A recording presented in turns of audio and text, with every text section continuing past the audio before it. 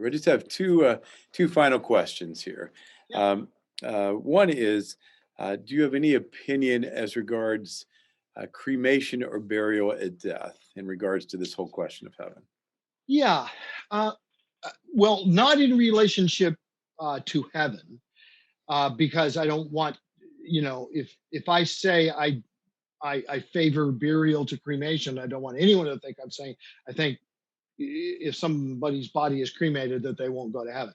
I don't think that has anything to do with it. It's like if you die in a raging fire, and your body is effectively cremated, does God not know how to take those ashes and in the resurrection? I mean, think of people that died 2,000 years ago that will be in heaven. Think of the Yeah. apostles, and God is resurrecting their DNA that is now part of the ecosystem. Hmm. That's no problem for God to do that. So, Hmm. but the point.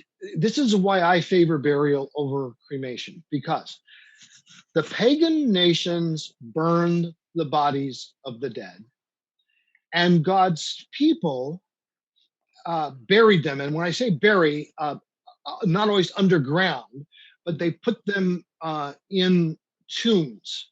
Hmm. The tombs were often above ground, but it was the equivalent of burial. It's getting them away from the world, but it's just this secluded place or whatever. So you have God's people burying or entombing bodies, but never destroying them, which I think I would just rather go with what God's people have always done than what the pagans did in their burning rituals after somebody died.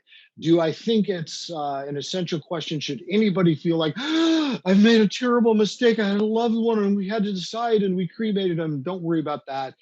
Salvation is all about what Jesus has done. Heaven is all about him, not about decisions like that we've made. No, that's great.